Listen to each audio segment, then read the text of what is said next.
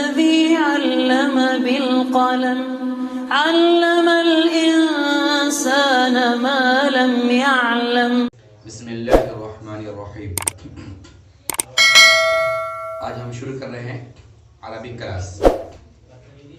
کتاب کا نام ہے کتاب تو میرے پاس نہیں ہے, موبائل میں کتاب ہے, موبائل میں ہے, ٹھیک ہے,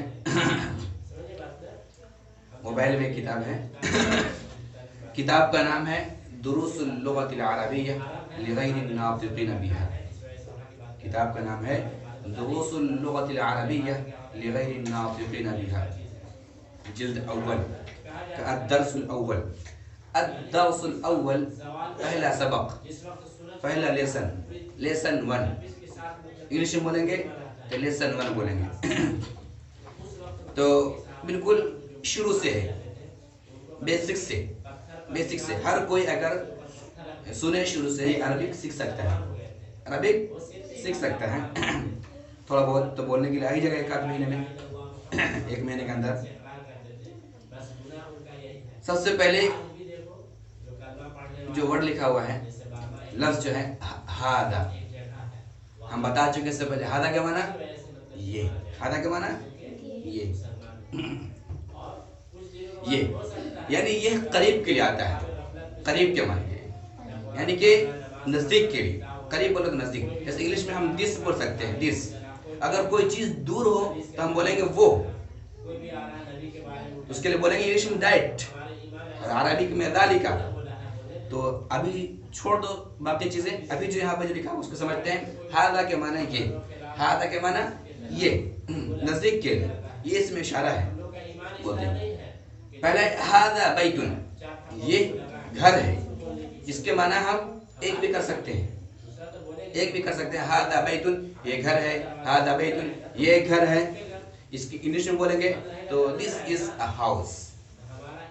ہاذا مسجدن, یہ مسجد ہے, یہ ایک مسجد ہے. دس از اے مسجد, دس از اے ماسک. انگلش میں بول سکتے ہیں. ہاذا بابن, یہ ایک دروازہ ہے. دس از اے ڈور. ہاذا کے معنی یہ.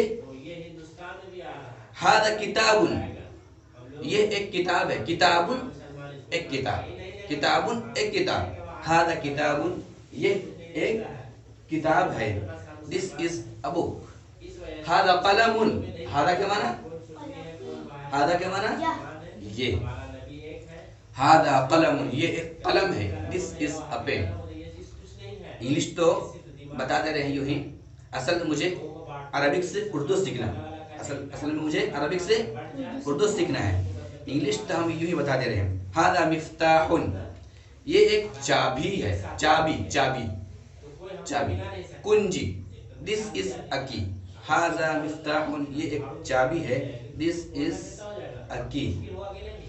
ہاذا مکتب, یہ میز ہے. مکتب کے معنی میز بھی ہے, مکتب کے معنی آفس بھی, دونوں کرتے ہیں. ہاذا مکتب, یہ ایک آفس ہے. دس از این آفس. ہاذا سریر, ہاذا سریر, یہ ایک چارپائی ہے, یہ ایک بیڈ ہے. دس از اے بیڈ.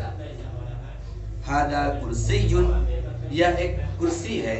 کرسی, دو پیش آ رہا ہے نا, اس لیے ہم بولیں گے کرسی, ایک کرسی, ایک کرسی. دس از اے چیئر. دو زبر, دو زیر, دو پیش کو تنوین کہتے ہیں. جیسے گھر ہے, بیتن. عربی میں بولتے ہیں البیت.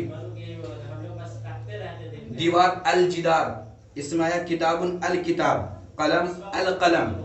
اگر ہم ال لگا دیں گے شروع میں تو پھر دو زبر, دو زیر, دو پیش نہیں آتا ہے.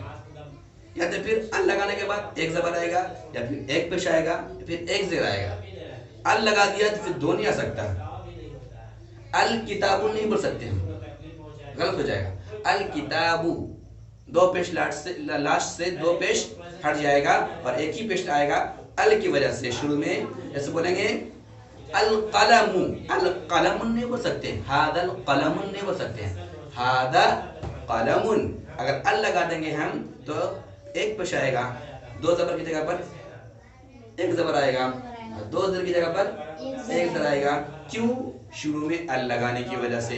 میں نے ایکسٹرا بتا دیا، ال آنے کی وجہ سے آخر میں آخر حرف پر تنوین نہیں آتی ہے. دو زبر دو زیر دو پیش کی جگہ پر ایک زبر ایک زیر ایک پیش دیں گے، باقی بعد میں انشاءاللہ. ابھی ایک پیج ہوا ہے، ایک صفحہ.